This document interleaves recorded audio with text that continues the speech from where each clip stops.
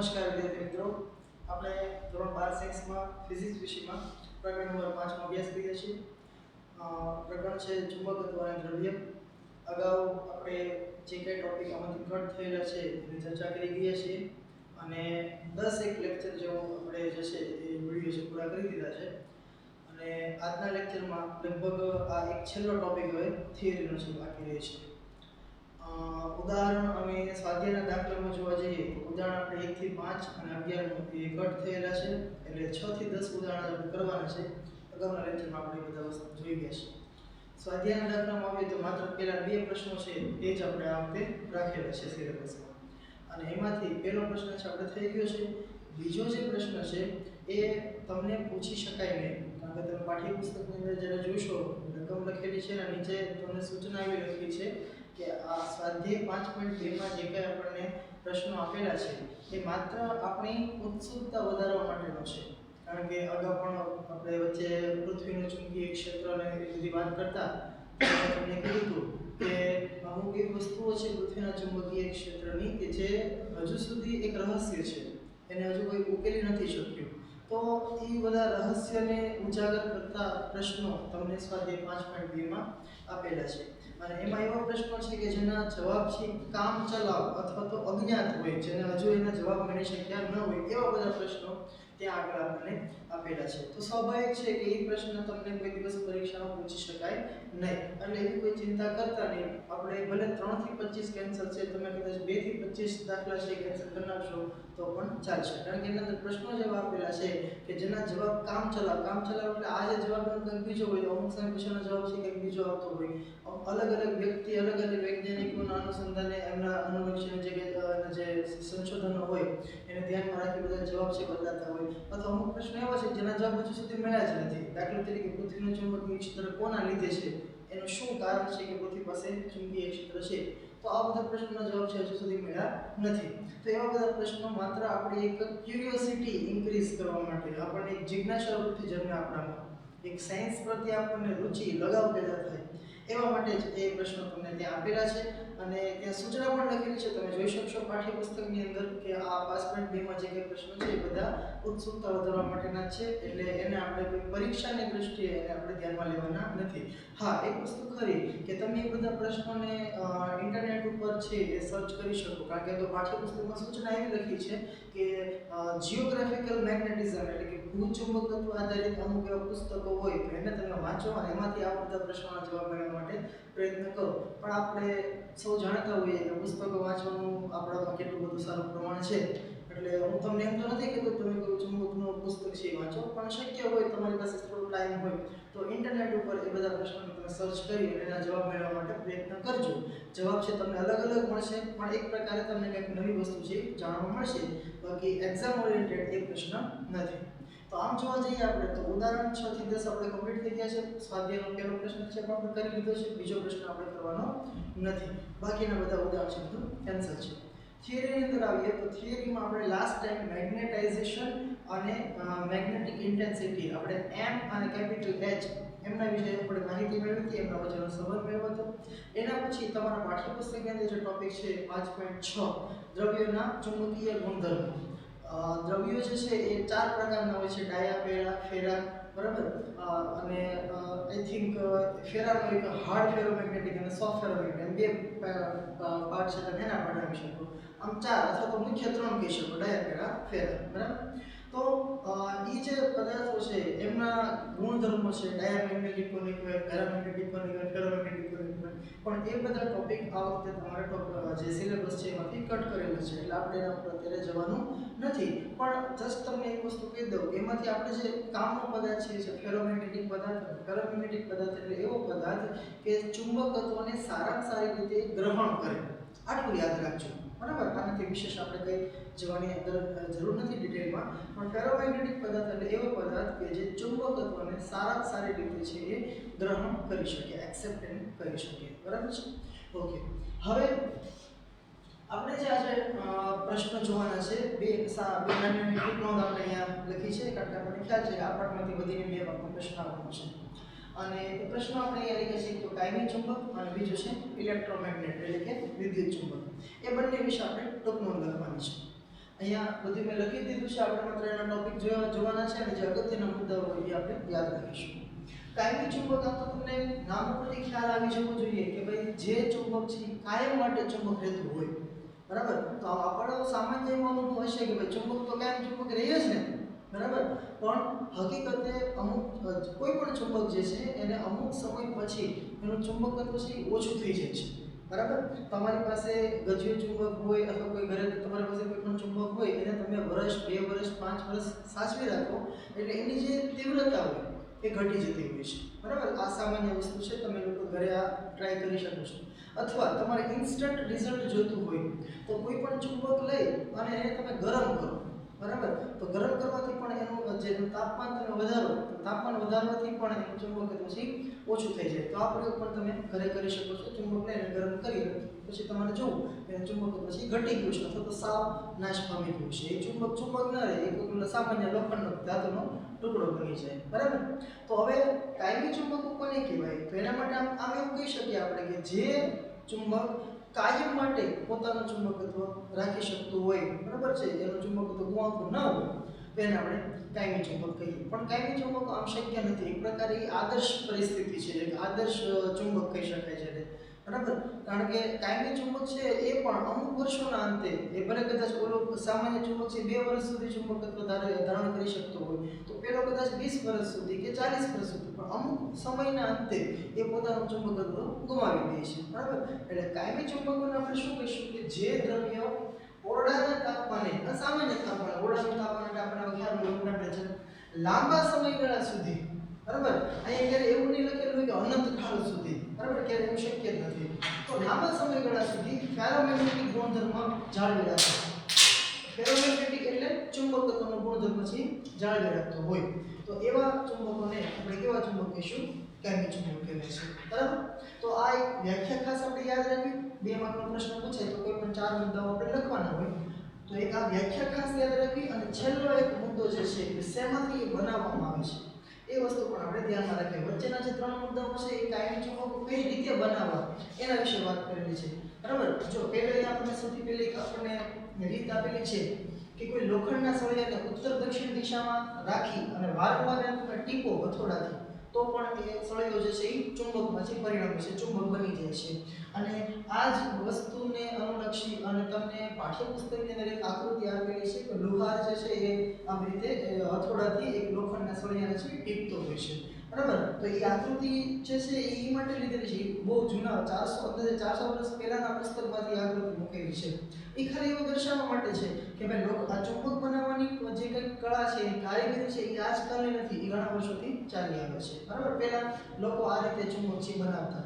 લોખંડના સળિયાને ઉત્તર દક્ષિણ દિશામાં રાખી અને એને ટીપે રાખો તો અમુક સમયના બાદ એ ચુંબક છે બની જતું હોય છે. બીજું છે કે જો કોઈ લોખંડના ટુકડાને પકડી રાખી અને તેના એક છેડે આપણે ઘસિયા ચુંબકને એક જ દિશામાં વારંવાર ઘસીએ તો પણ એ ટુકડો જે છે લોખંડનો એ ચુંબકી બની જતો હોય છે. અને આમ જ્યાં સુધી મને યાદ છે નાનપણમાં આપણે બધા લોકોએ આ રમત કરેલી હોય કે ચુંબકની સાથે તમે સોય જે છે સોય આપણી સામાન્ય અથવા સોય ખીલી કોઈ પણ ટાંચણી આવી વસ્તુને તમે ચુંબક સાથે ચિપકાવી દો અને એને તમે લગભગ 15-20 દિવસ સુધી આમ રહેવા દો, ચિપકેલો અને 20-25 દિવસ પછી તમે એ ટાંચણીને ચુંબકથી દૂર કરો તો ટાંચણી પોતે પણ ચુંબક બની ગઈ હશે. થોડા ઘણા છે પોતે પણ ચુંબક છે પ્રાપ્ત કરી લે. તો આપણે પણ એક રીતે પ્રયોગ કરીને ચુંબક જ બનાવેલું છે, બરાબર. તો આવા બધા અલગ અલગ આઈડિયાઝ આપેલા છે. બીજો એક રસ્તો આ છે કે ફેરોમેગ્નેટિક સળિયાને તમે સોલેનોઇડમાં મૂકી અને વિદ્યુત પ્રવાહ પસાર કરો તો વિદ્યુત પ્રવાહ પસાર થાય સોલેનોઇડમાં તો સોલેનોઇડનું ચુંબકીય ક્ષેત્ર હશે અને એ ચુંબકીય ક્ષેત્ર ઓલો જે સળિયો અંદર મૂકેલો હોય એને છે એ મેગ્નેટાઇઝ કરી દે, એટલે કે અમુક ચુંબકત્વ એનામાં ધારણ કરાવડાવી દે અને સળિયાને છે ચુંબક બનાવી દે. બીજો એક આ મુદ્દો ખાસ યાદ રાખો. કાયમી ચુંબકો બનાવવા માટે આપણે એવા દ્રવ્યોનો ઉપયોગ કરવો જોઈએ કે જેની રિટેન્ટિવિટી અને કોઅર્સિવિટી વધારે હોય. હવે આ બંને શબ્દો જે છે એ આપણા માટે હાલ નવા છે, રિટેન્ટિવિટી અને કોઅર્સિવિટી. હકીકતે આપણે આ ચેપ્ટરની અંદર હિસ્ટેરિસિસ લૂપ કરીને એક ટોપિક છે ભણવાનો આવે છે, પણ એ જે પેલો ટોપિક નંબર 5.6 છે એના અંદર ઇન્ક્લુડ છે, તો એ આપણે અત્યારે કરવાની જરૂર નથી, બરાબર. માત્ર તમે આ બંને શબ્દને યાદ રાખજો, રિટેન્ટિવિટી અને કોઅર્સિવિટી. બરાબર, એ શું છે એ તમને વધારે માહિતી માટે તમે પાઠ્યપુસ્તકમાંથી તમે અભ્યાસ કરી શકો, પણ તમે અત્યારે ડીલમાં જવાની જરૂર નથી. તો એવા દ્રવ્યો આપણે ઉપયોગ કરવા જોઈએ કે જેની રિટેન્ટિવિટી અને કોઅર્સિવિટી વધારે હોય, ખૂબ ઊંચી હોય. અને કયા દ્રવ્યો છે સામાન્ય રીતે અત્યારે આપણી પાસે એવા કેવા અવેલેબલ ધાતુઓ છે કે જેમાંથી આપણે કાયમી ચુંબકો બનાવી શકીએ? તો એમના નામ યાદ રાખવાના. એમાં એક છે આ સ્ટીલ અથવા તો કોબાલ્ટ સ્ટીલ. બરાબર, વધારે પડતું કોબાલ્ટ સ્ટીલ વપરાય છે. એલ્નિકો અને ટિકોનાલ. એલ્નિકો ધાતુ છે એ પ્રખ્યાત છે, એલ્યુમિનિયમ, નિકલ અને કોબાલ્ટની મિશ્ર ધાતુ. તો આવી બધી ધાતુઓ છે એનો ઉપયોગ આપણે કાયમી ચુંબકો બનાવવા માટે કરતા હોઈએ છીએ. તો કાયમી ચુંબકો વિશે ટૂંકમાં લખો તો સૌથી પહેલા તમારે વ્યાખ્યા લખવાની. ઉપરાંત આ ત્રણમાંથી કોઈ પણ એક રીત, અને વધારે સારી રીતે હું કહું છું કે આવડવા લખાય સોલિડમાં. અત્યારે આનો ઉપયોગ વધારે થતો હોય છે, બાકી તમે પ્રાચીન પદ્ધતિ પણ લખી શકો. એટલે વ્યાખ્યા, કાયમી ચુંબકો બનાવવા માટેની કોઈ પણ એક રીતનો મુદ્દો, કાયમી ચુંબકો બનાવવા માટે કેવા દ્રવ્યોનો ઉપયોગ કરવો જોઈએ, અને કયા કયા દ્રવ્યો, કઈ ધાતુઓ કાયમી ચુંબકો બનાવવા માટે વપરાય છે. આવા 4 મુદ્દાઓ લખો એટલે તમારી ટોપમાં કમ્પ્લીટ થઈ જાય. ત્યારબાદ છેલ્લો ટોપિક છે એ છે વિદ્યુત ચુંબકો. વિદ્યુત ચુંબકો ઇંગ્લિશમાં જેને આપણે બોલી શકીએ ઇલેક્ટ્રોમેગ્નેટ. બરાબર, તો અત્યારે આપણે મેગ્લેવ ટ્રેન ને આ બધા નામ સાંભળ્યા હોય. બરાબર, તો એમાં બધામાં આ બધી વસ્તુનો ઉપયોગ થતો હોય છે. ઇલેક્ટ્રોમેગ્નેટ એટલે એવા પદાર્થો કે જેના ઉપર તમે કંઈક વિદ્યુત પ્રવાહ પસાર કરો જેમાંથી, તો એ ચુંબક બની જાય. પ્રવાહ છે પાછો બંધ કરી દે એટલે પાછું ચુંબક એનું વહી જાય. બરાબર, હા સામાન્ય થઈ જાય. ઓલામાં તો કેવું હોય, ચુંબક છે એનો તમે ઉપયોગ કરો તો એ ચુંબક તરીકે વર્તે, પણ તમે એનો ઉપયોગ ન કરો તો એ ચુંબક તો રહે જ. પણ ઇલેક્ટ્રોમેગ્નેટની અંદર શું છે, એવા પદાર્થો જેમાંથી તમે પ્રવાહ પસાર કરો, બરાબર છે, એના અંદરથી ઇલેક્ટ્રિક પ્રવાહ કરંટ છે આપણે પાસ કરીએ તો એ ચુંબક બને.